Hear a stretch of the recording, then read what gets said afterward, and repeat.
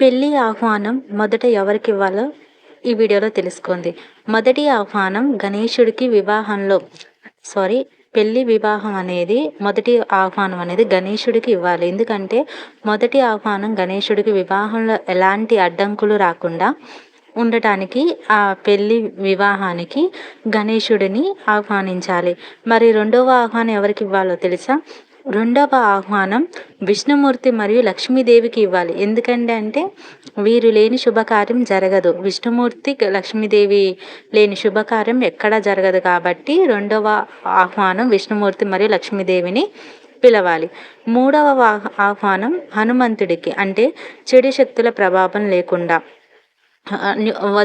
వధూవరులకు ఎలాంటి దుష్ట శక్తులు చెడు చూపు పడకుండా మూడవ ఆహ్వానం హనుమంతుడికి ఇవ్వాలన్నమాట. అలాగే నాలుగవ ఆహ్వానం కులదేవతలకు కుటుంబ రక్షణ కోసం మన కులదేవతలు మనం వస్తున్న అంటే చాలా రోజుల నుంచి మనం మన కులదేవతల వాళ్ళని ఆహ్వానించాలన్నమాట. ఇంకొకటి ఏంటంటే ఐదవ ఆహ్వానం పితృదేవతలు లేని మనం లేము కాబట్టి వారి ఆస్తి అంతస్తులు మనం అనుభవిస్తున్నాం కాబట్టి వారి ఆహ్వానమే మొదటిగా ఇవ్వాలి.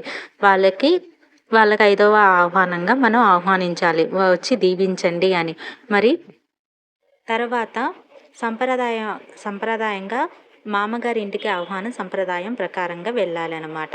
సో ఇలా మనం ఆ పెళ్లి పత్రిక వేడుకలను ఇలా sorry for background noise video. Thank you for watching. And background నాయిస్గా ఉంటే క్షమించండి. ఈ వీడియో మీకు నచ్చినట్లయితే లైక్ చేయండి, షేర్ చేయండి అండ్ కామెంట్ చేయండి. And please do subscribe for more videos.